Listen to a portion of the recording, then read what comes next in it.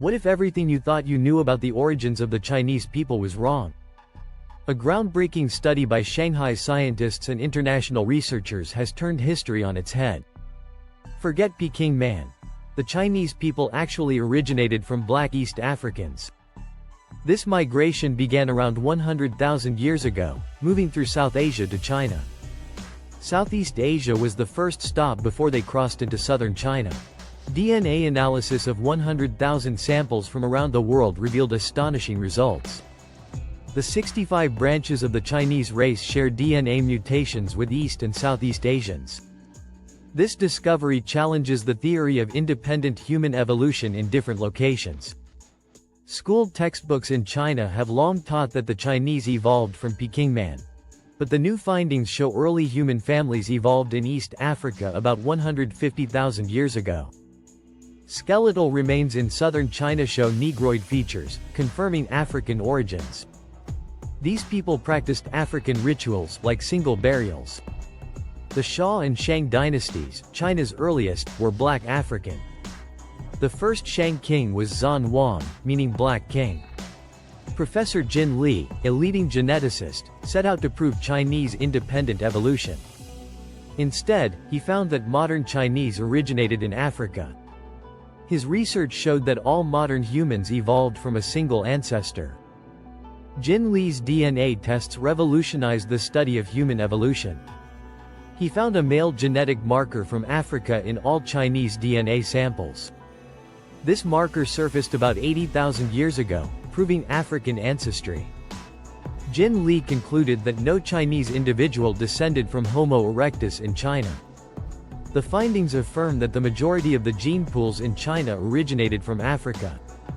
The black race is the original race, with all others being variations. I'm meeting Professor Jin Li, one of China's leading geneticists. Recently, he led a project that set out to prove that the Chinese evolved independently from everyone else, from Homo erectus, here in China. Before the project started, I was hoping that I could identify or could be able to find evidence that support independent origin of Chinese in China, because I'm a Chinese and came from China, and through the education process, I always believed that there was something special about Chinese. He singled out a male genetic marker which only appeared about 80,000 years ago in Africa. So any man who carries that marker must have recent African ancestors and can't be descended from the more ancient Asian Homo erectus. Jin took DNA from over 160 ethnic groups around East Asia. Over 12,000 samples. And so, what did you find? We did not see any, even one single individual that could be considered as the descendant of the Homo erectus in China. Rather, everybody was a descendant of our ancestors from Africa. The result couldn't have been any clearer. And how did that make you feel as a Chinese person? After I saw the evidences that we generate in my laboratory, I think we should all be happy with that, because after all, modern humans from different part of the world are not so different from each other, and we are very close relatives. Africans migrated to China via Iran and by sea, forming southern and northern branches. The Nikkei people of southern China were originally described as black. Africans brought martial arts to China, including Tai Chi and Kung Fu. Ancient Egyptian tombs show the world's first martial arts system. The Black Dravidian Bodhidharma founded Zen Buddhism and influenced Shaolin Kung Fu. Africans also introduced advanced urban planning and architecture to India. The first Chinese emperor, Fu Xi, was a woolly-haired Moor. This study reshapes our understanding of human history, proving we are all close relatives. History as we learn it in school isn't always the whole story. Sometimes it's slanted, sometimes it's biased, and sometimes it's even hidden on purpose. Especially in Western schools, we don't often hear about the amazing things non-European cultures have done. This video is about one of those hidden stories, the Black Dynasties that ruled in ancient China. By looking at what archaeologists have found, DNA tests and old traditions, we can start to see a truer picture of what really happened. This challenges the idea that Europe is the center of everything. The story of Black Chinese dynasties shows how diverse China has always been. To understand the African presence in ancient China, we must first acknowledge the African origin of all humankind. This is not a matter of speculation, but a scientific consensus supported by overwhelming genetic and fossil evidence. The cradle of humanity lies in Africa, where our earliest ancestors emerged and began their long journey across the globe. The out-of-Africa theory, widely accepted in the scientific community, posits that Homo sapiens, our direct ancestors, originated in Africa around 300,000 years ago. From there, they migrated in waves, populating Asia, Europe, and eventually, the Americas. This means that every human alive today can trace their ancestry back to Africa. Genetic studies have confirmed this shared heritage, demonstrating remarkable similarities between the DNA of modern humans and ancient African populations. These genetic markers serve as irrefutable evidence of our common African roots. Where the Chinese people came from has been a big question for a long time. The usual story says they came from Central Asia, but new science tells a more interesting story. DNA studies from scientists in Shanghai and other places show strong evidence that the Chinese people actually originated in Africa. This research says early humans left Africa about 100,000 years ago. One group traveled east, eventually arriving in Southeast Asia. As early humans ventured further from Africa, they carried with them their knowledge, skills, and cultural practices, leaving an indelible mark on the lands they traversed. The presence of African genetic markers in modern Chinese populations provides compelling evidence of these ancient migrations. The Xia and Shang dynasties, considered the foundational periods of Chinese civilization, emerged from a melting pot of cultures influenced by both indigenous and external forces. The Xia dynasty is believed to have been founded around 2070 BCE. The Xia dynasty was ruled by black emperors, a line of rulers who started Chinese civilization. During their rule, farming began, writing was developed, and people learned how to work with bronze. After the Xia dynasty, the Shang dynasty began, and things kept getting better. Some people think the Shang dynasty was started by the Yi tribe, a group with African and Mongolian ancestors. They controlled a huge area. Under their rule, China saw big improvements in cities, trade, and government. The Shang dynasty is especially known for what it did for early Chinese medicine and its cool bronze work. These early dynasties are often forgotten in history books, but they were super important for shaping ancient China's culture and technology. Black dynasties had a huge impact on Chinese culture in many ways.